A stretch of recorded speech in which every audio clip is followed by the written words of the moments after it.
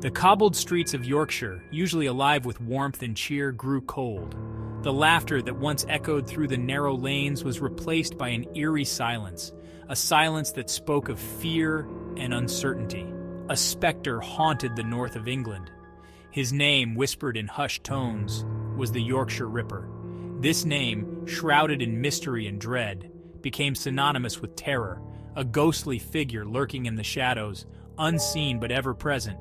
From 1975 to 1980, a pall of fear settled over the region. Women, young and old, lived in the shadow of this unseen terror.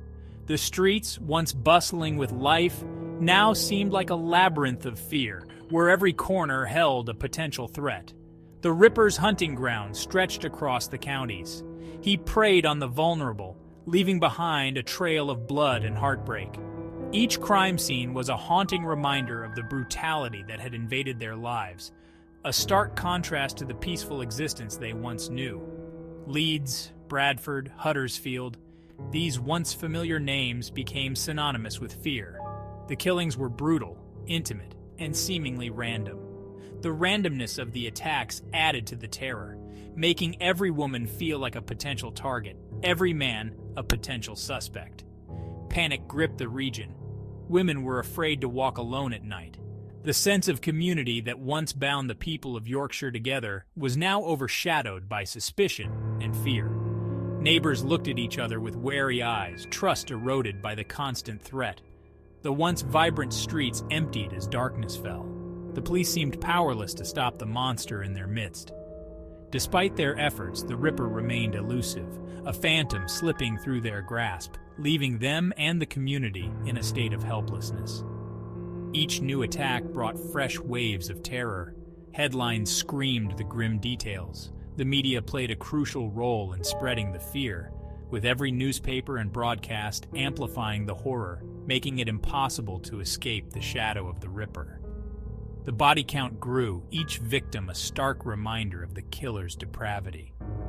Was he a phantom, able to melt into the shadows? Or was he a man, hiding in plain sight, blending seamlessly into the fabric of everyday life, his true nature concealed behind a mask of normalcy?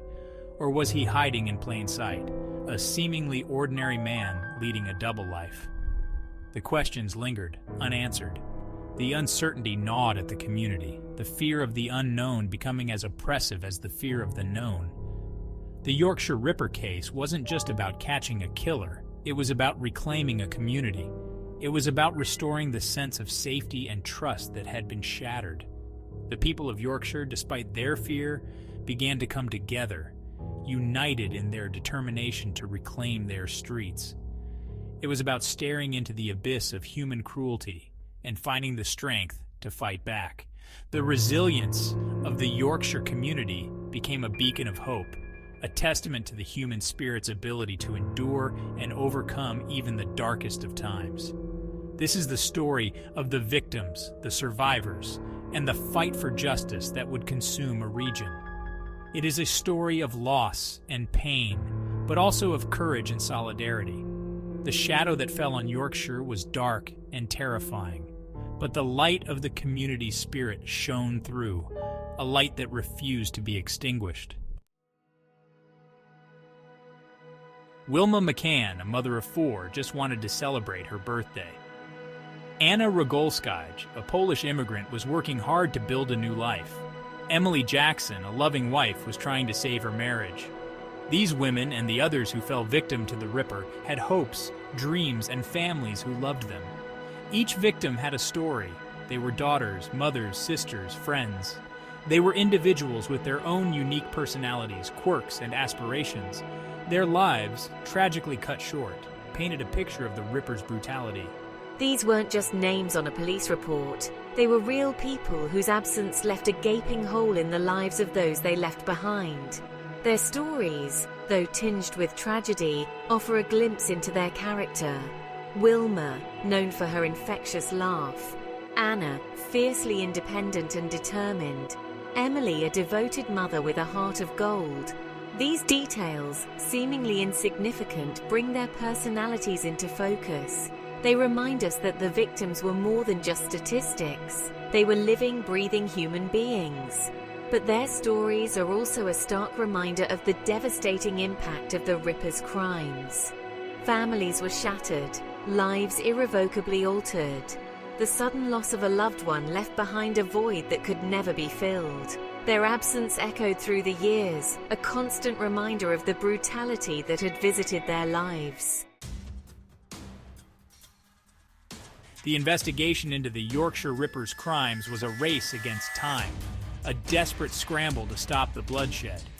The police faced immense pressure to catch the killer.